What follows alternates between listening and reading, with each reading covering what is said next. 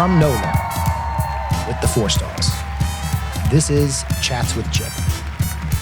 One-on-one conversations with my father, mentor, and hero, Chip Forstall. He's an attorney and a lover of all things New Orleans, here to share his expertise and opinions with you.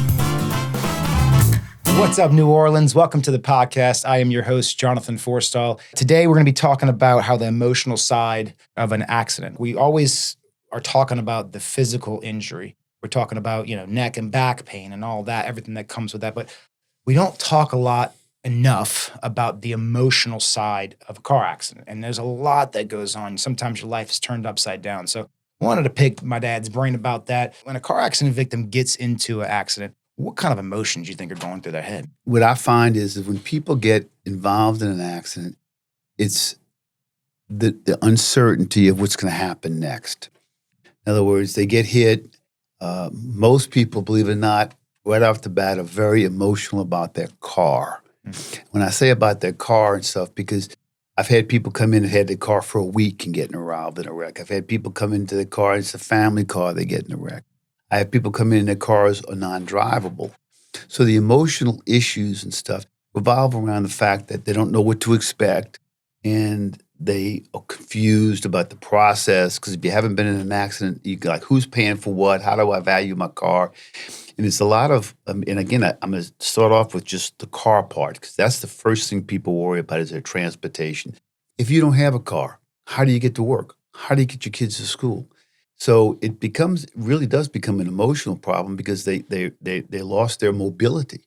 So when they come in to see us and stuff, we try to really be empathetic and explain to them. Because, I have been there when I haven't had a car, and I know what it's like. So the first thing I think that they are worried about is the unknown of what has to happen and stuff. So we make a real big effort of explaining how things work. How are you going to get to the doctor if you don't have a car? How are you going to get to the grocery store? So that's the emotional part. Mm-hmm. So we try to do is, that's why I tell my people all the time, get the cars situated so people can be, get that emotional part out the way. Once people's car is fixed, then the emotional part is the injury part. You have to go to the doctor. You got to take off for work. You have to leave your kids. You hurt. Hurt for an hour, hurting for a couple of hours is one thing.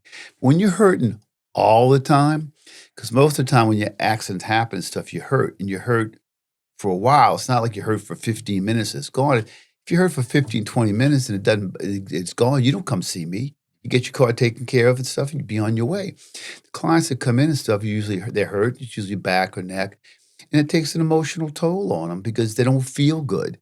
The hardest thing I ever have to do is when I had back problems, and I had some serious back problems, is to come to work and try not to be grouchy, try not to be mean, try not to be, to be empathetic and stuff. Because when you're hurting, all of those things are hard to do.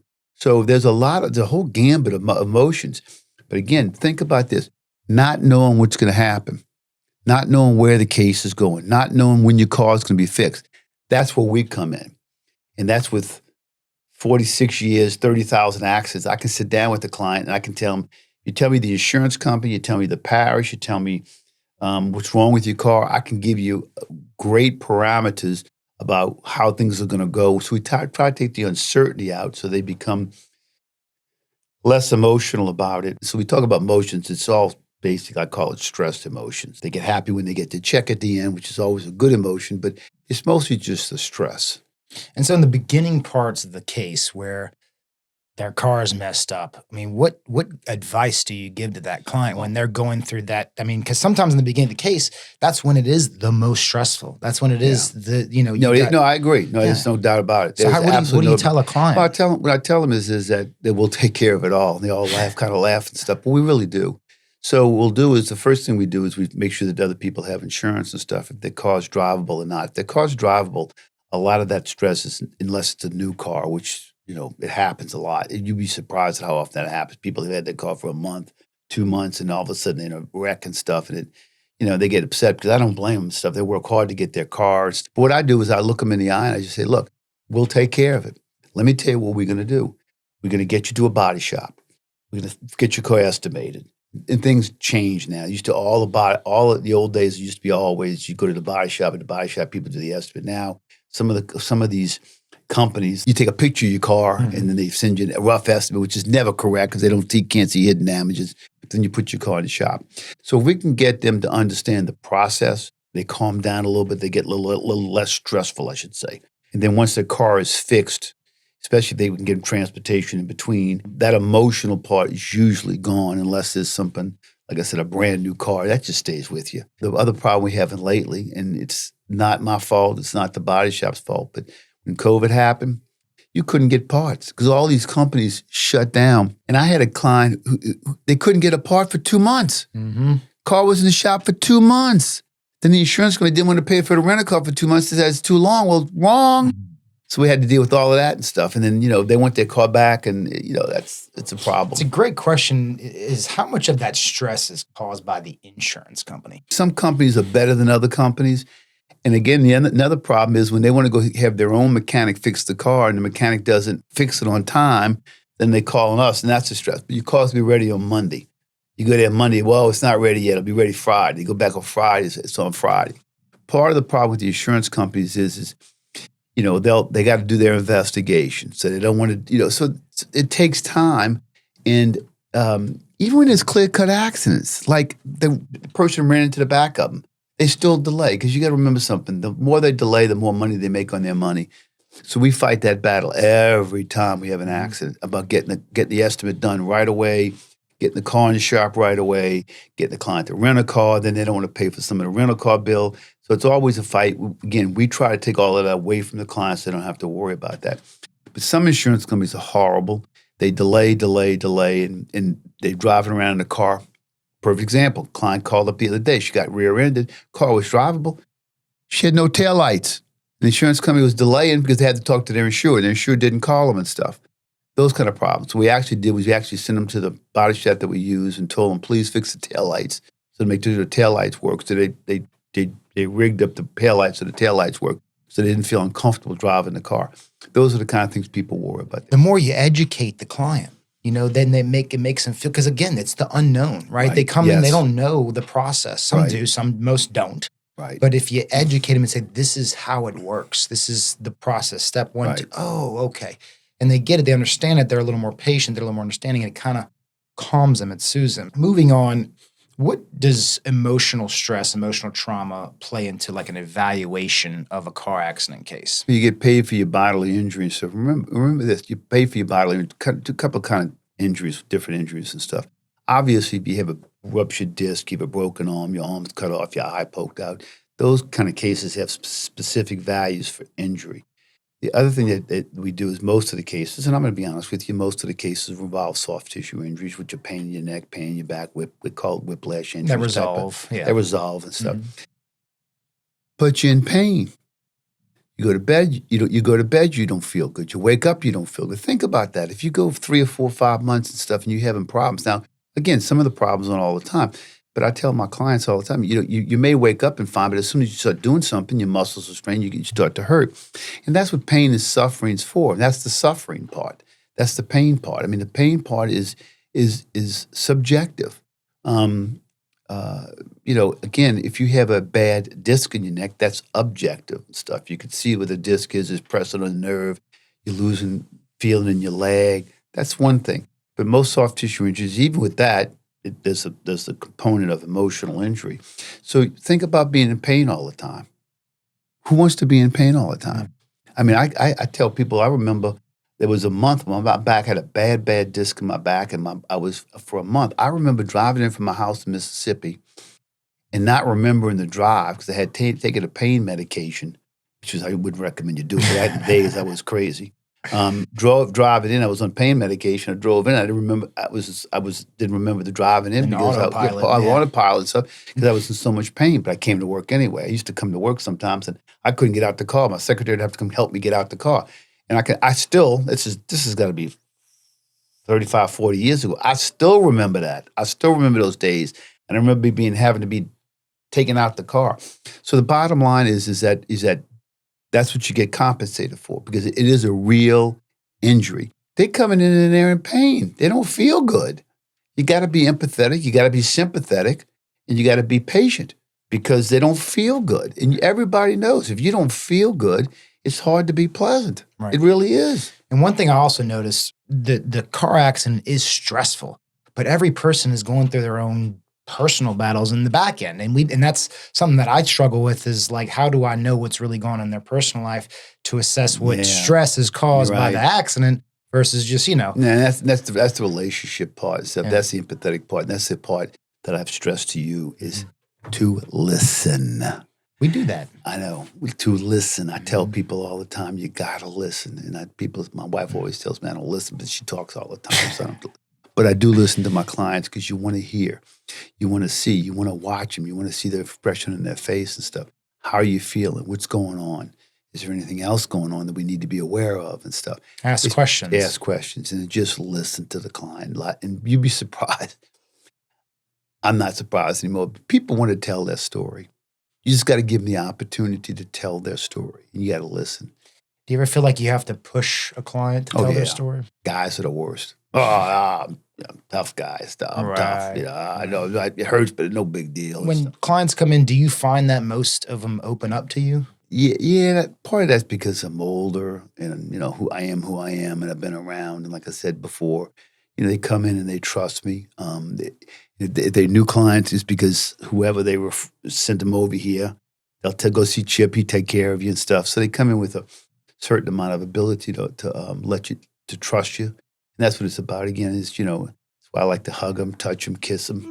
Just be friendly with them and stuff to put them at ease so they can tell you the story. And if they're not, if they're being, if they're putting that wall up and they're not talking, I ask them. I said, what's the matter? Tell me, is there something going on besides this case? I said, you seem really irritated. You seem really agitated. What's going on? Is it just the case? What can I do to help? It's just listen. I'm telling you, people, because they don't want to listen. Most people don't want to listen. They want to tell their story. And I was telling my wife the other day, I read a book, entertainment book, then I read a self-help book, then I read an entertainment book, slow my mind down. Then I read a self-help book, and one of the ones I just recently read, again, even though I'm 72 years old, I'm doing it for 46 years and stuff, was How to Listen. It's a book all about listening, empathetically listening. And I said, yeah, I do that. Yeah, I do that. Well, I could do this a little better and stuff. So, yeah, listening is important and stuff and getting people to talk. How important is, being and supporting our clients in that emotion? One of the best paralegals I ever had was my daughter because she had a master's degree in psychology rather. And she was a great listener and stuff. And she's very empathetic. In fact, she stopped working here. She went to work for autistic, mentally challenged kids and stuff because that's how good of a heart she is. It is one of the most important things to be able to do is to listen. Yeah. And be empathetic. And just so you know, Jessica left in 2020. Yeah. We still have clients call and say, I want Jessica to handle my case. And they ask me, how's your daughter doing? Mm-hmm. Where is she? 6 years exactly, later. Yeah. 6 years later. Yeah, 6 years later. She really connected with, I hated to see her go, but she really was able to connect to people. Because she, again, you, me, we were taught to, to be empathetic, to be caring, and to, treat people right. Right. Everybody. And I don't want to throw anyone under the bus, but do you feel like most lawyers lack that? Oh, of course. Yeah. That's why they can't understand, even though we advertise, I tell them how much business we get from returns. They don't understand that because they just, again, I'm a lawyer, you're a client, you do what I tell you to do, and they're more interested in the money. I understand. I'm not going to condemn anybody for that. Everybody's got their own way of handling things. Right. I just, our way is just different, and it's always been different. It's different. I think that's what we bring to the table is something different. I definitely think so. I definitely think so. And so now we've talked I'm proud of that, too. I'm proud of that because that's part of your success. Yeah. I just, again, I got guys who are friends of mine and stuff who are great lawyers. They're horrible with clients. That's why I tell them all the time. I always tease them. You're much smarter than me, but I make 5 times the money you make. And I said the reason is because I handle the clients. A couple of them handle some of the case.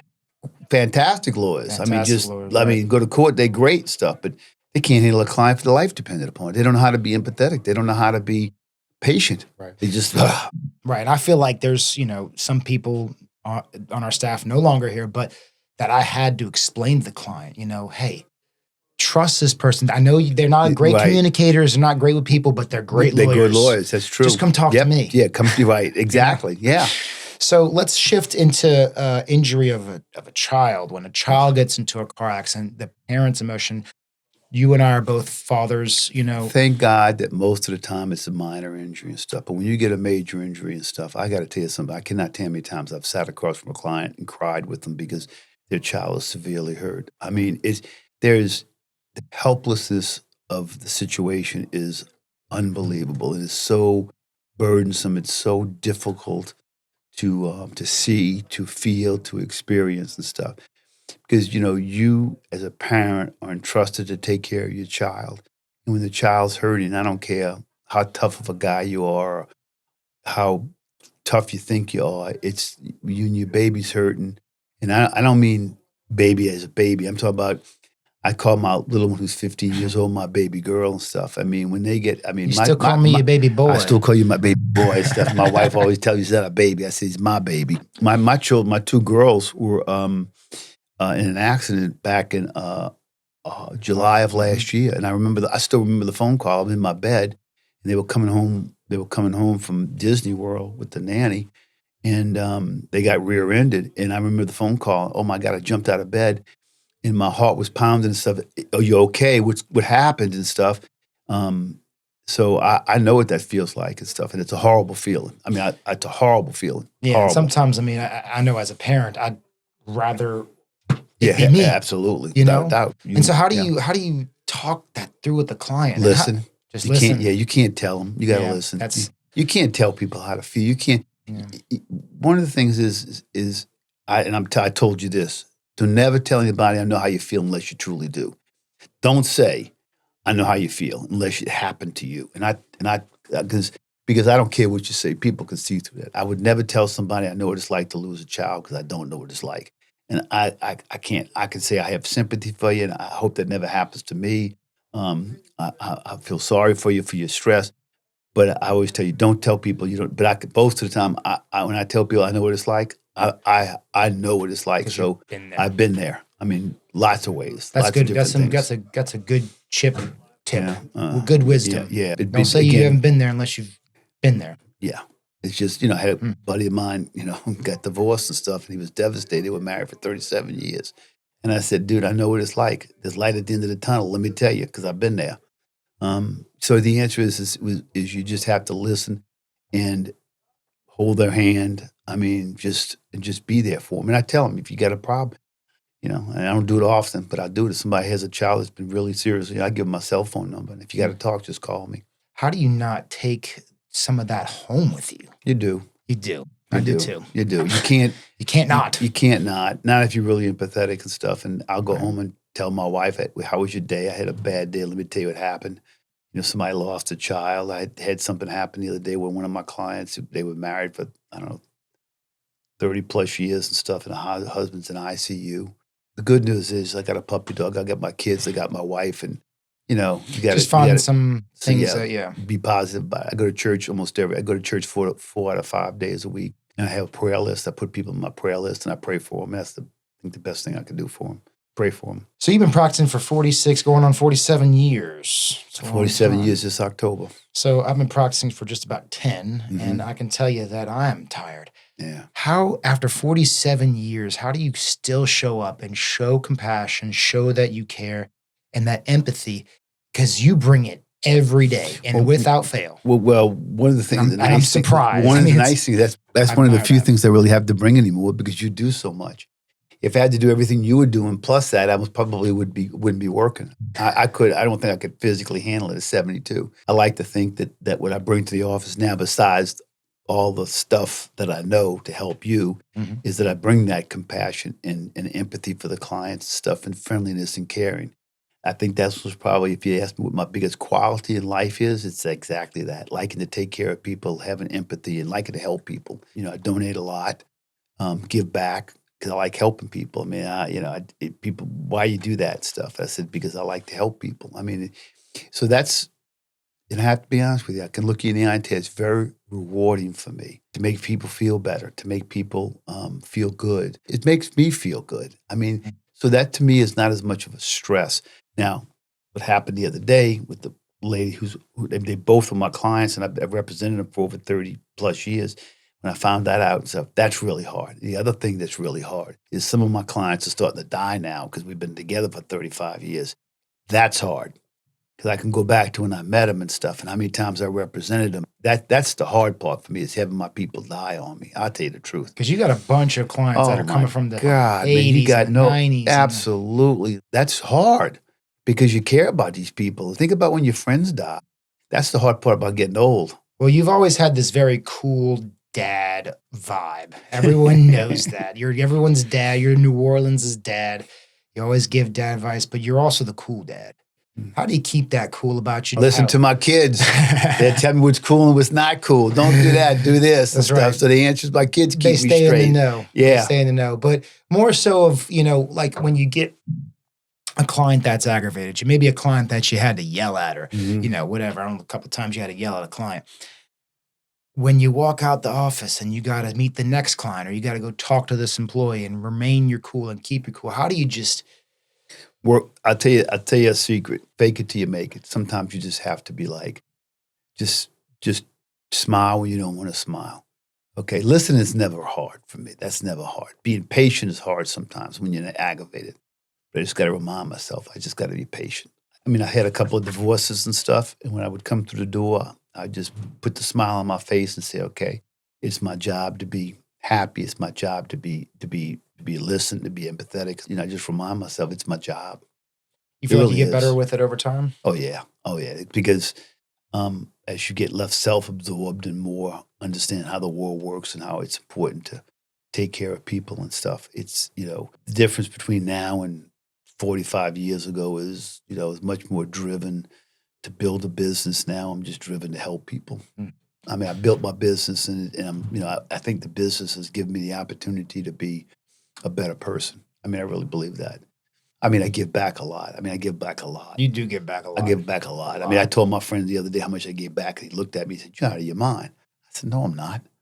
I said, God's been good and stuff, and I can help people. I give back to things that really help people. I like giving to things where it goes right back to my people. My people, my New Orleans people, my clients, my family. Yeah, I like giving back local stuff. I like local stuff. So what's one thing that you would tell someone if they were listening right now, they just got into a car accident, they haven't retained an attorney, they're going through it, they're by themselves. What would you tell them? I say come see us, obviously, and stuff. I said, but I would say make sure that you need to see an attorney. There's no question about it. And when you talk to your attorney, if you don't feel a connection, if you don't feel and you can feel, people know. I really believe that. If you don't think the attorney, if you don't have that connection, you don't think he's really caring about you, you're just a number, don't leave, run. Don't walk, run. Don't walk, run. Go find somebody else. You want somebody who actually is going to be concerned about you, not just about the money. Be concerned about you. And you, believe me, 98% of the people out there can tell. And can they tell, you think, on that first visit? They may not be able to tell on the first visit, but they can tell on the second or third visit. They don't get a phone call back. Or they say, well, that's not my problem, or I can't help you. You can always help somebody do something. I mean, you can, and if you can't do it yourself, you can explain how they can get help doing something else. Like I told you before, I've spent probably 30% of my time now helping people that has nothing to do with car accidents, just helping them. You do? Got a guy came in the other day, his mortgage company was giving him fits because he bought his own insurance policy, and they charged him for an insurance policy. Now, I'm not making any money on that. But the guy's been a client of mine for 25 plus years. Made the phone calls, wrote the letters, took care of it. Take care of them, and everything else flows. Yeah, exactly. Awesome. Well, thank you for the tips. Okay. Another great segment with Chats with Chip. Tune in next week. We've got some great guests for you. See you next time. From NOLA with the Forstalls is presented by Jonathan and Chip Forstall. Executive producer, Mona Lisa Johnson, Sierra Media Productions. Host, Jonathan Forstall. Casting director, Jonathan Thomas, Ascension Branding and Marketing. Post-production editor and voiceover talent, Matt Pawlowski, Redline Studios in New York City. Produced by Ascension Branding and Marketing and Sierra Media Productions. Thanks for listening.